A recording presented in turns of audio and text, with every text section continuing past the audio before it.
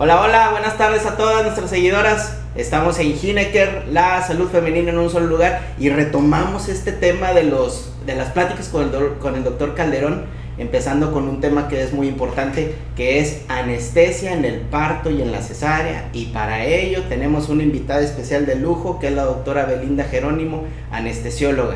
¿Cómo está, doctora? Muy bien, muchas gracias por invitarme, muchas gracias por la confianza. Me llamo Belinda Jerónimo Ramos, soy de Veracruz y estoy trabajando actualmente en el Instituto Mexicano del Seguro Social, número 270.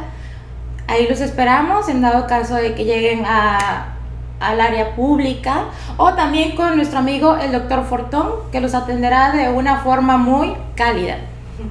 Muy bien, pues entonces yo creo que para empezar en el tema de la anestesia en el parto o en la cesárea, primero me gustaría que nos hablaras un poquito de la cuestión general de la anestesia en la resolución del embarazo, ¿no? O sea, de manera general, ¿qué es la anestesia en el embarazo o en el parto y en la cesárea? ¿Para qué nos sirve? ¿Embarazadas las anestesiamos o no? ¿No? Porque hay gente que cree que solamente cuando nace un bebé es cuando se anestesia, y la verdad es que no. Un poquito de un contexto general de la anestesia en el embarazo y en el nacimiento del bebé. Ok, claro que sí. Primero llegan ustedes, pero no solo, como dice el doctor, es para la resolución del embarazo, ya sea por parto o a través de cesárea. También puede llegar la mujer embarazada con alguna otra enfermedad. Tal es el caso de un problema, se llama médicamente colestasis.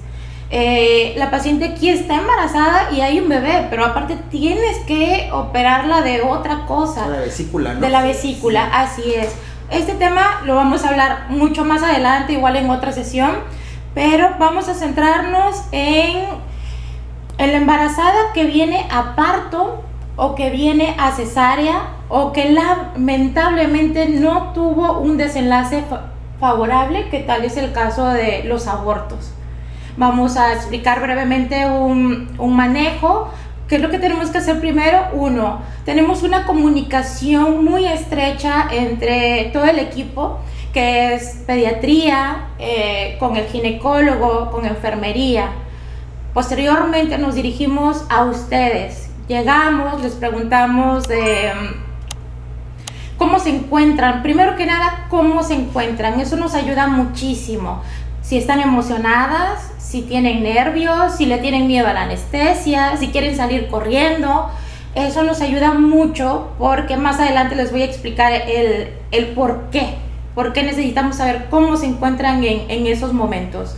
Posteriormente hacemos una serie de preguntas. Es muy importante saber antecedentes familiares, personales, por ejemplo, si fuman o fumaron, toman alcohol en etapas anteriores, obviamente del embarazo. Como que un conocimiento general del paciente, así, ¿no? Es. Si están consumiendo algún medicamento en esos momentos, si padecen alguna enfermedad. El ayuno es muy importante.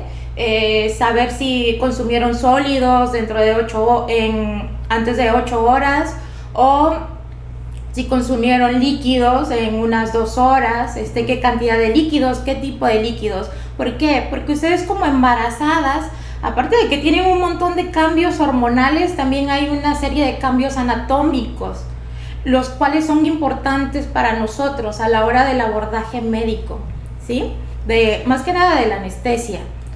Posteriormente evaluamos sus laboratorios. Aquí vemos ciertas células de la sangre, las cuales nos ayudan a elegir la anestesia más apropiada para ustedes.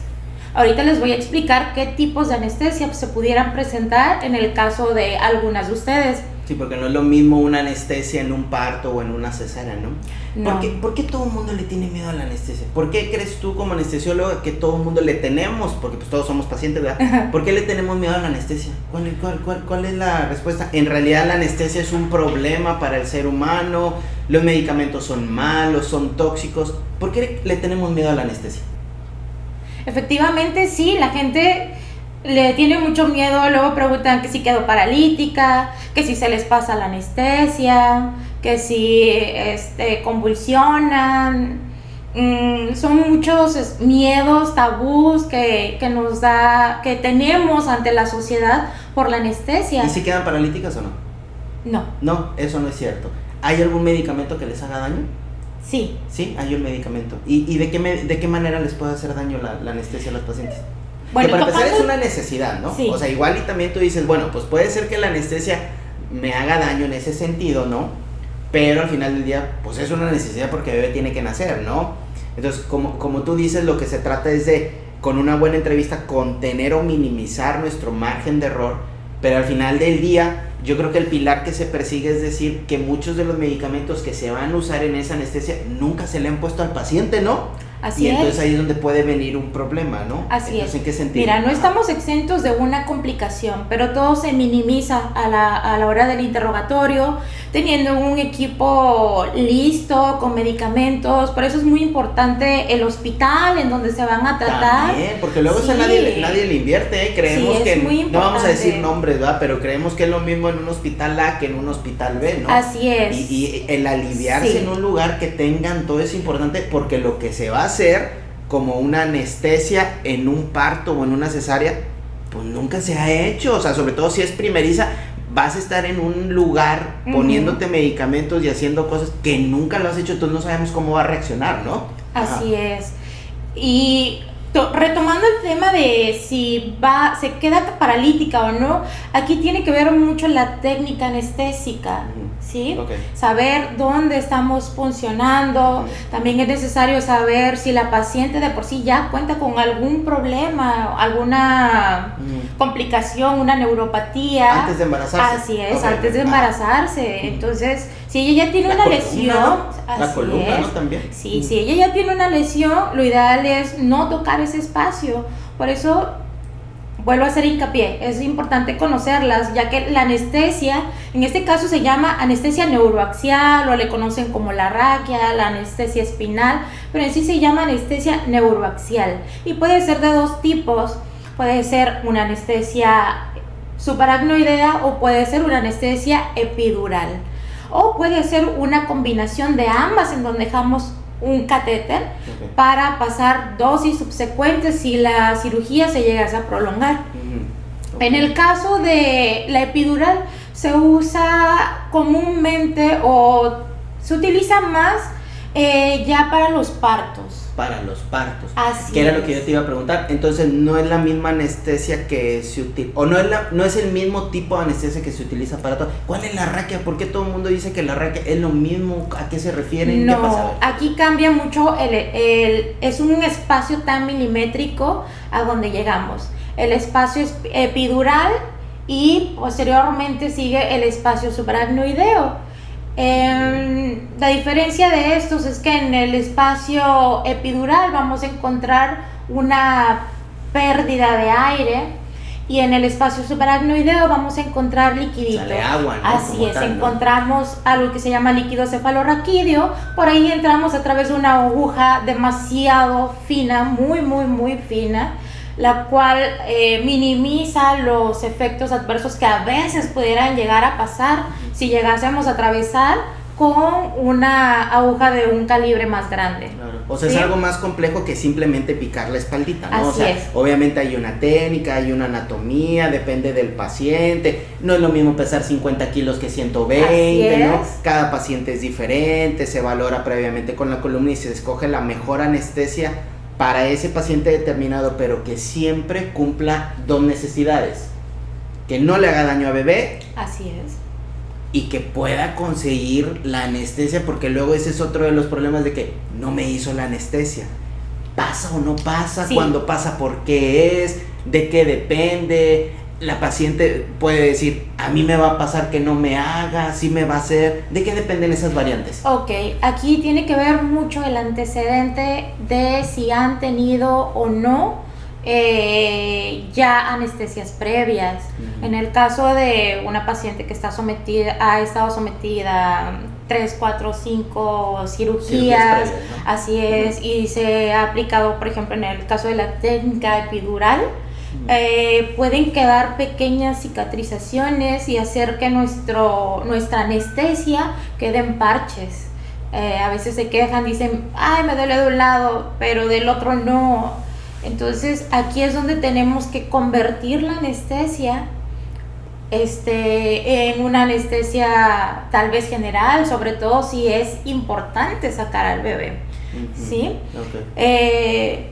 O a veces en la anestesia subaracnoidea tenemos que se van a dar cuenta que su anestesiólogo les empieza a levantar la mesa, baja la mesa, porque aquí tenemos que hacer que nuestra anestesia llegue sobre las tetillas para que a la hora de sacar el bebé en la cesárea la paciente no sienta ninguna molestia. Sí puede llegar a sentir nada más un pequeño puchón, se les avisa, es un empujoncito que se da en esta zona, sí lo puede llegar a sentir como un estiramiento también, eso también es muy importante avisarles, pero no confundir con dolor. Con un dolor, que es la meta, ¿no? La meta es que no tengan dolor. Pero sí van a sentir. Que ese es el problema.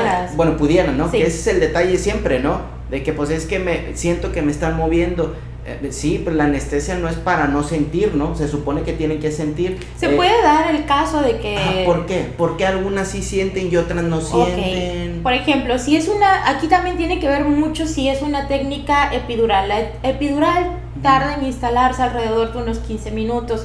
Okay. Si uno no le da una buena latencia, no nos esperamos, la paciente todavía puede estar moviendo las piernas. Eso las angustia, porque dicen, es que todavía muevo las piernas. Así es. Y es tranquilizarlas, hablar con ellas, de que poco a poco se va a ir instalando la anestesia. Lo mismo ¿Y la otra pasa, es rápida o qué? Sí, es una instalación rápida de unos 3 a 5 minutos, el bloqueo está instalado. Sin embargo, al ser rápida, uno de los efectos adversos que nos puede llegar a ocasionar es algo llamado hipotensión. ¿Sí? Esta hipotensión se puede corregir, claro que sí. Llegamos a quirófano y previamente se administra una carga de líquidos, las cuales van a ayudar a que no se baje la presión. Previamente monitorizada con la presión arterial, la frecuencia cardíaca, los niveles de saturación de oxígeno. Hay autores que comentan del uso de oxígeno a través de unas puntas nasales. Autores dicen que sí, autores dicen que no, que ayudan a mejorar la circulación fetoplacentaria. Así es. Pero otro de los datos o cosas importantes es que después de la administración de nuestra anestesia, se tiene que colocar una especie de cuña en la parte de la cintura. Eso nos va a ayudar a que el bebé no comprima unos vasos muy importantes que están ahí y la presión no se baje. Sin embargo, esto puede llegar a pasar. A pesar de los líquidos, a pesar de la cuña, la presión se baja. Pero es con el subaracnoideo. Así es. O sea, que es el que va en otro espacio. Así es. Porque luego ahí vemos muchas variantes de síntomas de las pacientes. O sea, puede haber náuseas, puede haber, por ejemplo, vómito. Ventajas del subaracnoideo sobre el otro, entonces estamos hablando que existen dos anestesias, la epidural y la subaracnoidea, y ¿no? la combinada. Okay, y aparte la anestesia general. Y la general, ¿no? Que lo utilizamos sobre todo en urgencias. Esa sí, pues no es la primera opción porque ese medicamento sí le puede hacer daño al bebé. Así es. Y en cambio las otras tres técnicas, la epidural, subaracnoidea y la combinada, son seguras para bebé, ¿sí? No. No son seguras para bebé. Sí y no. ¿Por qué? A ver, explícame esa parte. Tenemos que evitar la hipotensión en una embarazada. Porque si no evitamos esa hipotensión, se puede ver afectada la circulación del bebé, ¿no? Así es. Y eso puede provocar algo que se llama acidosis fetal. ¿Sí? Que es cuando les falta oxígeno, ¿no? Como tal. Así es, pero se recuperan de forma inmediata, es cuestión de horas. Por eso es que tenemos un equipo multidisciplinario. Todos estamos en comunicación continua. ¿Sí? ¿Cuál es más segura, la epidural o la subdural? Toda anestesia es segura sabiendo utilizar la técnica. Y no todas las pacientes pueden ser candidatas a algunas. Eso, entonces cada paciente es diferente, ¿no? Así es. O teniendo también el equipo necesario. Por ejemplo, necesitamos a veces agujas largas para pacientes que llegan muy obesas. Esto dependiendo de la paciente y de las comorbilidades que ellas puedan llegar a tener. ¿Sí? La subaracnoidea se presenta de forma inmediata, pero uno de los efectos que nos puede llegar a presentar es la hipotensión, que se puede corregir de forma inmediata con líquidos, la posición de la paciente y la administración de medicamentos rápidamente cede, ¿sí? Sin ningún problema. Y en la otra tenemos que esperar a la latencia, que son unos 15 minutos. Hay más incidencia de que el bloqueo quede en parches o lateralizado. O sea, que no sea todo completo, ¿no? Sino que se vaya uno y otro lado, sí, ¿no? Sí, que queda como, le llaman tablero de ajedrez, ¿sí? Pero también ahora podemos usar la combinada. La combinada, administras el medicamento subaracnoideo y a través de la epidural dejas un catéter. En dado caso de que tu bloqueo subaracnoideo o la raquia no quede en el nivel que tú quieres, lo puedes complementar con un catéter, a través del catéter. Está muy padre porque Dios no lo quiera, si la cirugía llegase a complicarse, termina en histerectomía, se puede prolongar el tiempo necesario. Excelente. ¿Sí? Muy bien. Y ante todo, al final, por ejemplo, la ventaja que siempre le decimos al paciente, no va a haber bronca con la anestesia, porque cualquier cosa que pase, a pesar de que ocurra un efecto adverso, ¿no?, esperado por la variante de la anestesia, pues al final del día, pues tienes un anestesiólogo ahí contigo, con un catéter en la vena. Así pues por ejemplo, si les baja la presión en ese tipo de anestesia, que estamos viendo que unas tienen pros y contras, ¿no? Pero si te baja la presión, pues hay cosas que se pueden hacer, ¿no? Y la presión baja en la paciente que está ahí, se manifiesta en el paciente ¿cómo? O sea, ¿qué es lo que les empieza a pasar? A veces pueden llegar a sentir náuseas o vómito. O vómito nada más. Pero pues ahí estás a la cabeza del paciente, está pues el anestesio, ¿no? Así es, y pues se corrige de forma inmediata. Digo, no es algo que va a generar una secuela y demás cosas, ¿no? Entonces es algo más complejo que simplemente, pues me van a poner anestesia, ¿no? Pues hay que preguntarle al paciente sus antecedentes, ver también qué tipo de embarazo es, que de eso nos encargamos nosotros. A nosotros decimos, mira, la estoy operando por esto y esto y esto, es 1 o 2 bebés, me voy a tardar tanto, ¿no? Que también de eso depende conocer a tu equipo, así ¿no? Es. Pues tú sabes, pues se tarda 40 minutos en una cesárea y aquel en 2 horas, pues le pongo una distinta, ¿no? Así es. Entonces, el tipo de embarazo que tengamos, complicado o no complicado, el paciente pesa 40, 100 kilos y obviamente una valoración anestésica por un profesional, ¿no? En donde ustedes como pacientes deben saber que hay muchos tipos de anestesias en la espalda y hay una para cada paciente, pero que al final del día, a pesar de que existan efectos adversos, el mismo anestesio los corrige y que hoy, por ejemplo, pues se puede decir que existen anestesias seguras, ¿no? Al final del camino, es más segura. También cabe mencionar que también nos apoyamos en el caso de las pacientes que tienen otro tipo de enfermedades. A veces nos apoyamos de otra persona que pedimos una valoración por medicina interna. ¿Sí? Son pacientes que tienen algún problema cardíaco, tienen que tener una valoración previa por el servicio de cardiología. Siempre nos apoyamos, ya que ellos dejan ciertas indicaciones para cómo manejarlas, o recomendaciones para cómo manejarlas durante el acto quirúrgico.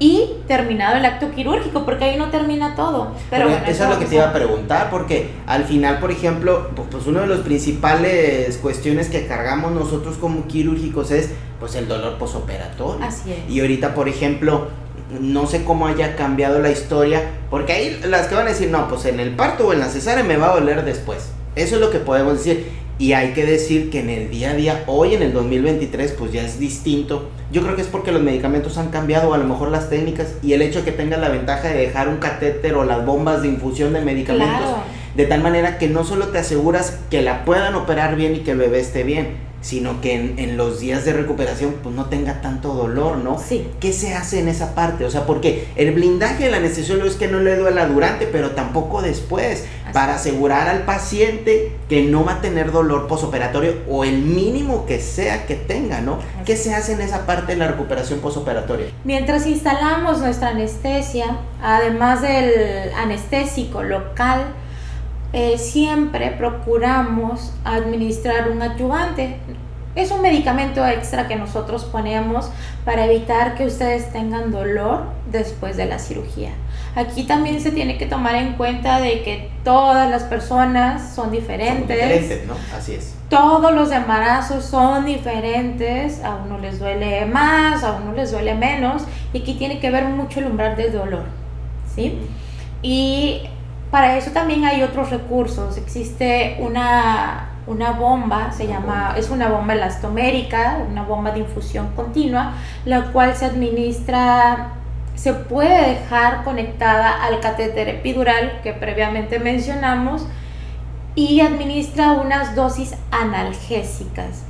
¿Qué quiere decir esto? Que disminuye la percepción del dolor y la paciente es capaz de mover sus piernas, puede caminar y no se ve afectada la motricidad de sus piernas, ¿sí? O sea, y les quita el dolor. Así es. El dolor. Sí, o sea, van a andar con su bombita y luego, ¿cómo funciona? ¿Solita va disparando el medicamento? Solita va sacando el medicamento, okay. Ya está programada. ¿Y cuánto tiempo dura?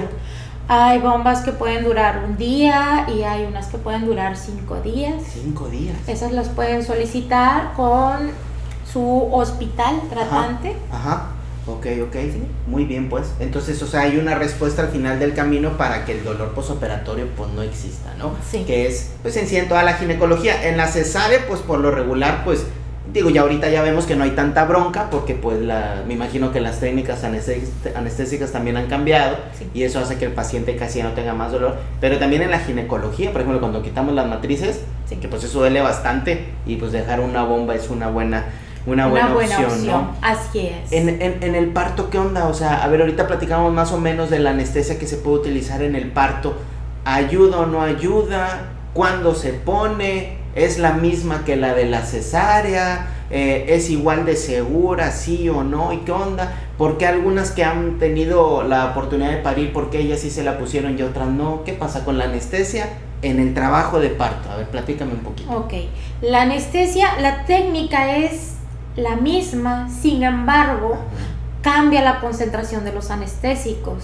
Okay. Aquí lo que queremos es disminuir la percepción del dolor, pero que la paciente conserve sus contracciones. Porque aquí meta, lo que ayudan, ¿no? Son sí. Ustedes ponen, nosotros ponemos un 50%, pero ustedes ponen el otro 50%. Muchas veces ya están cansadas, desanimadas, aburridas, sobre todo si es el primer parto, ya no quieren saber nada, ¿sí? Sí. Y a la hora aquí es muy importante porque hay que explicarles a ustedes cuando llegamos, es decirles que el medicamento que se les va a aplicar no les va a quitar la contracción, pero sí va a disminuir la percepción del dolor, va a ser más tolerable, pero las contracciones van a estar. Y ahí es donde ustedes, mamis, nos ayudan, porque cada vez que viene la contracción, ustedes pueden empujar para sacar a su bebé. ¿No?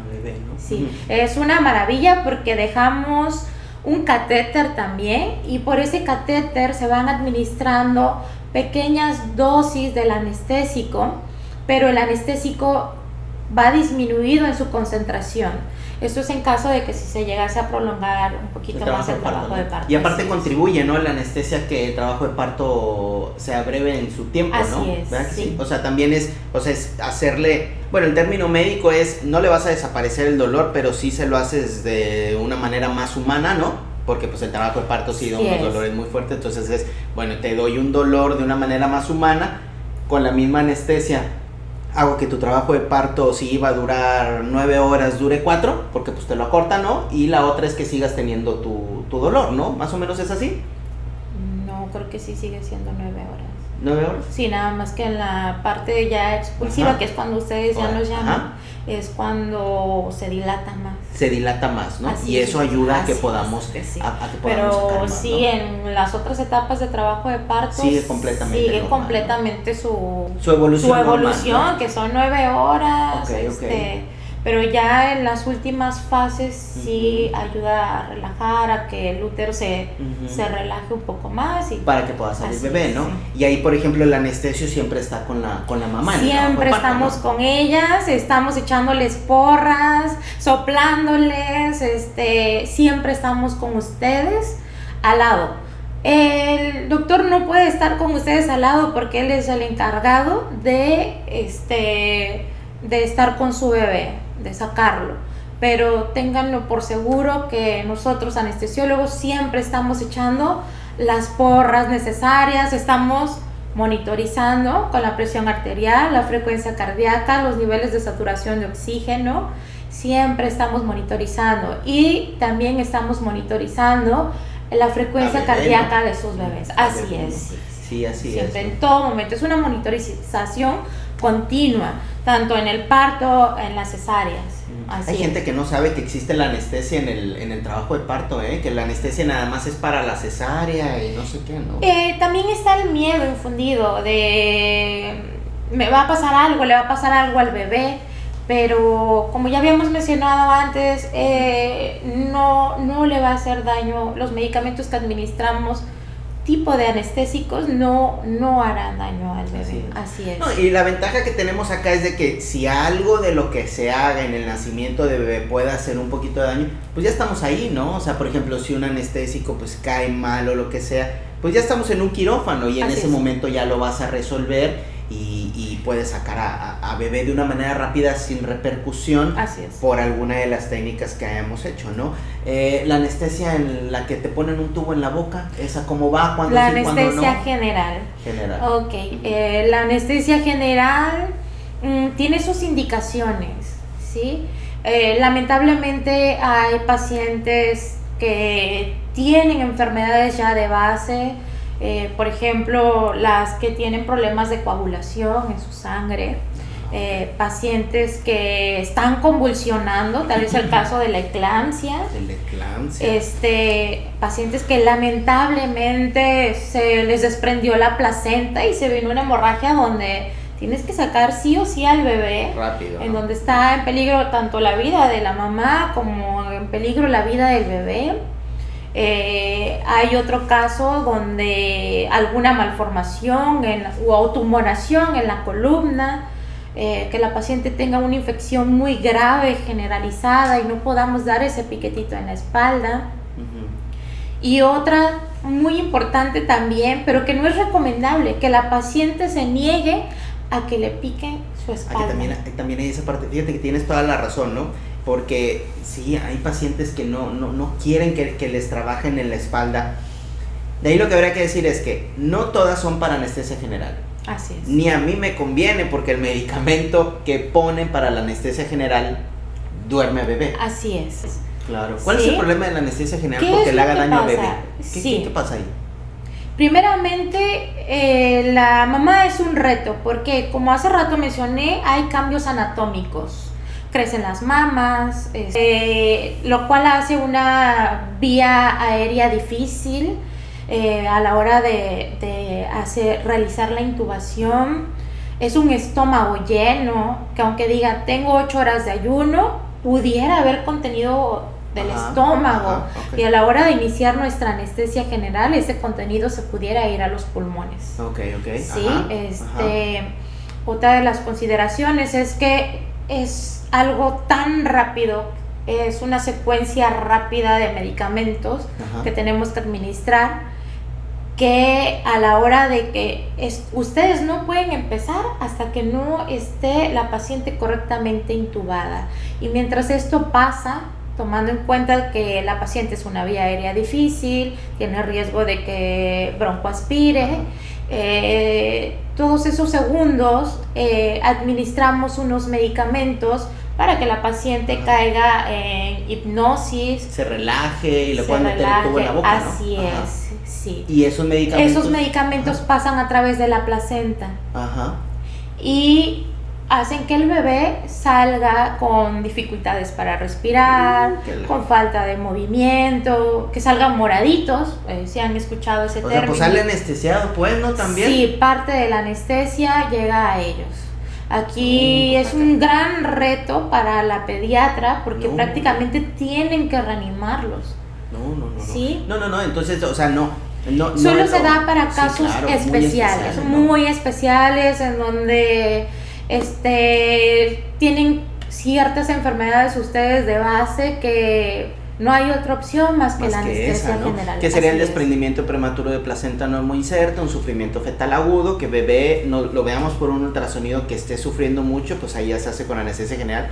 Pero la realidad es que tampoco, pues ni siquiera es lo mejor para nosotros, porque en esa cuestión de tiempos, estás hablando que en menos de 1 o 2 minutos tienes que sacar a bebé desde piel a la profundidad, y pues obviamente le das bien rápido, y en esa rapidez puedes lesionar intestino, vejiga y demás. Entonces nunca será lo más recomendable la anestesia general, solo se hace en casos muy particulares. Y mamá y papá deben de saber que por esa anestesia esa sí le puede hacer daño a bebé. Entonces ahora sí que solo cuando se ponga en peligro la vida de mamá o de bebé se hace una anestesia general. De ahí en fuera es normalizar que trabajen mejor en la espalda, en donde el riesgo de repercusión a bebé pues es mínimo, ¿no? Así es. Muy bien, pues está bien. Alergias en los medicamentos de la anestesia, ¿lo vemos, no lo vemos? Ese medicamento que a mí me van a operar y me van a poner aquí en mi vena, ¿tiene algún riesgo de hacer alergia? Sí y no. Normalmente no dan alergia. Pero nadie está exento de una reacción alérgica. Pero para eso tenemos todo preparado, tenemos una serie de medicamentos que se pueden administrar en caso de que presenten alguna reacción alérgica. Entonces, pues no hay tanta bronca en esa parte. Así tampoco, es, ¿no? Ok, muy bien. Y entonces también la otra parte importante pues son esos laboratorios que les pedimos en nuestra consulta antes de la programación quirúrgica, ¿no? ¿Cuál es la importancia de esos laboratorios? O sea, pedimos para ver plaquetas, pedimos para ver hemoglobina, pedimos para ver algo que se llama tiempos de coagulación, ¿no? Y normalmente se pide un azúcar central, ¿no? Previo a la cirugía. ¿Cuál es la importancia desde el punto de vista anestésico de esos laboratorios? ¿Por qué es tan importante que un paciente se haga laboratorios antes de que se opere? Bueno, para empezar, estos laboratorios nos van a ayudar a conocer cómo está la paciente. Por dentro, me imagino. Por dentro. Así es, sí. Y si están normales, nos ayudan a planificar una anestesia. Por ejemplo, si tuvieran alterados la coagulación, que se puede ver a través de las plaquetas y los tiempos de coagulación, no podríamos brindarle a la mamá una anestesia neuroaxial, como nos habíamos mencionado. La espalda, ¿no? Así es, y tendríamos que recurrir, lamentablemente, pues a una... No es lamentablemente, no se sientan culpables por tener alguna enfermedad, para eso es una anestesia planeada. Al ser un evento programado, una cirugía programada, disminuimos mucho el riesgo de complicaciones. Entonces, mamis que tienen alguna alteración en la sangre o que por azares del destino se tuvo un desprendimiento de placenta, ustedes no se sientan culpables. El equipo está completamente preparado en dado caso de que esto llegase a presentar.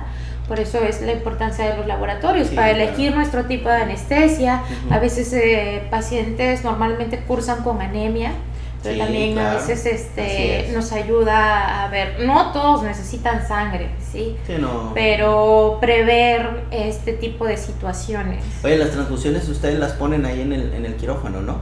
Sí. ¿Son seguras en el embarazo?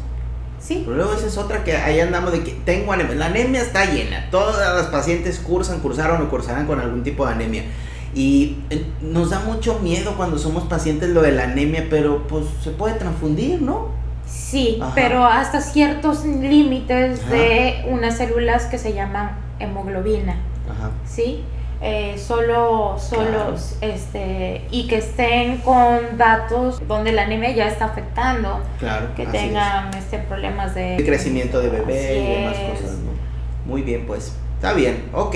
¿Y complicaciones de las anestesias que puedan existir? Ya cuando la mamá, por ejemplo, la damos de alta y que se vaya a casa, ya cuando se va de alta todo está bien, ya no va a tener ningún problema, o sí puede tener algunas complicaciones después. Así es, ya hablamos una que se puede presentar, que es la hipotensión, pero otra de las que se puede llegar a presentar también es una cefalea postpunción. Okay. Mamás que anteriormente han sido sometidas a alguna cirugía, tal vez llegaron a presentarlas.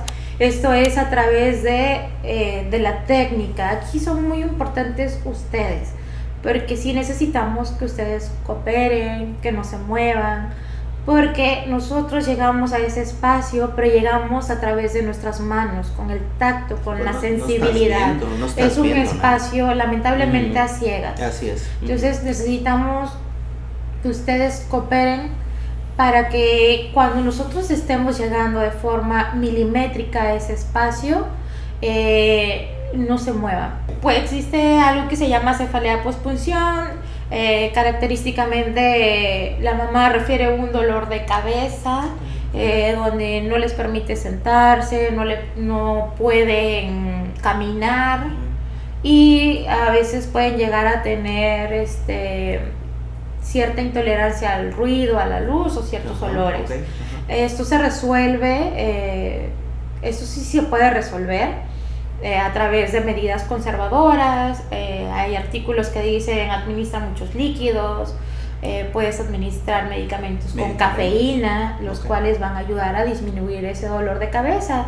Y también es muy importante avisarle a la paciente que esto se va a resolver a través de medicamentos, o por última instancia administrar un parche de sangre, que es quitándoles un poquito de sangre y poniendo ese parche en su espalda a través de otro piquetito. Okay. Pero sí se resuelve. ¿Y en todas las anestesias da? ¿Por qué les da? Esto puede llegar a pasar porque atravesamos el espacio subaracnoideo con una aguja de mayor calibre. Okay. Sí, es donde sale el líquido cefalorraquídeo. El líquido cefalorraquídeo todos lo tenemos, nos ayuda a proteger ciertas estructuras, pero cuando sale pudiera provocar estos tipos de síntomas, pero se va regenerando, ¿sí? Okay. Entonces, una complicación que puede tener en casa, mamá, ¿sale? Sí, a veces ¿Hasta puede... cuánto es cefalea postpunción? Porque muchas al día siguiente de nacido les duele la cabeza, pero ¿es cefalea postpunción? ¿Cuándo es cefalea postpunción? Que es dolor de cabeza por la anestesia. ¿Cuándo se debe de preocupar esa mamá que está en casa recién operada, recién parida, por una anestesia? Sí pueden presentar dolor de cabeza a las 24 horas, incluso hasta 10 días después todavía pudieran presentar ese dolor. Que llegan y de repente pasaron 10 días y digan, es que me duele la cabeza, pero aquí la importancia es la característica de ese dolor. Sí, no es que cualquier lo tenemos, dolor de cabeza. así es, un dolor característico. Y también se tiene que diferenciar de las pacientes que sufren de migraña. De migraña. Así es. Sí, porque me imagino que se parece mucho a la migraña, ¿no? El dolor ese, ¿no? Parecido, pero ese dolor de cabeza, créanme que si en algún momento lo tienen, lo van a saber identificar. Sí, ¿no? Sí, o sea, pero se resuelve. Claro, es un dolor de cabeza atípico, con el antecedente de que fue operada la mujer y no se quita con el paso de los días. Bueno, pues muy probablemente es una cefalea postpunción, y ahí en ese momento pues es acudir a una valoración y que sepan que hay tratamiento y que se va a resolver. Otra de las cosas que comenten es que sentí un calambrito. En la anestesia, ¿no? Así es. A veces es porque el sitio de punción es una zona segura, sin embargo a veces pasan ciertas fibras, todavía ahí, ciertas fibras nerviosas que pudieran llegar a rozarse, a rozar, pero esto se puede corregir en el lapso de unas semanas, que pueden llegar a sentir un poquito entumido en algunas zonas, pero se corrige de forma inmediata. Sin embargo, si esto llegase a pasar, tenemos que darle seguimiento, ¿sí? Avisar al médico tratante, a nosotros, ¿sí? Pero esto puede llegar a corregirse, ¿sí? Sin embargo, tomen en cuenta que el sitio de punción siempre es, tomamos un lugar seguro y evitamos hacerlo cuando hay algunas contraindicaciones, para que por lo mismo no tengamos este tipo de complicaciones. Así es. Muy bien, pues yo creo que fue muy completo todo el tema y se abarcó gran parte de la cuestión de la anestesia en el embarazo, en el nacimiento de bebé, sea por parto, por cesárea. ¿Algo más que quieras apuntar? ¿Algo más que nos haya faltado, Belinda? Claro que sí. La anestesia en las pacientes que tuvieron un desenlace desfavorable en los bebés. Okay. Que en el caso de que mujeres que tienen abortaron, ok. Así es. Sí, porque ahí también entra la anestesia, ¿no? ¿Y qué onda con eso? ¿Es distinta la anestesia? ¿Es igual o cómo? Sí, cómo puede funciona? ser distinta, pero también depende de las características o en este caso la evolución del paciente. Ajá. Si el feto ya está más crecido, se tiene que administrar cierto tipo de anestesia para que ustedes hagan una dilatación y no haya dolor o molestias a la hora de sacar en este caso al feto. O puede ser de otro tipo, una sedación que consiste en introducir medicamentos por la vena, los cuales las mantienen dormidas mientras se realiza el procedimiento. Es un procedimiento que tiende a ser rápido, ¿no? Ustedes son capaces de respirar por sí mismas. En todo momento las estamos monitorizando con la presión arterial, la frecuencia cardíaca, los niveles de saturación de oxígeno, y las apoyamos con oxígeno a través de unas puntitas nasales. ¿Sí? Terminado el procedimiento, ustedes despiertan y a veces pueden despertar levemente mareadas o con sueños, pero se va quitando de forma progresiva. Es un procedimiento rápido.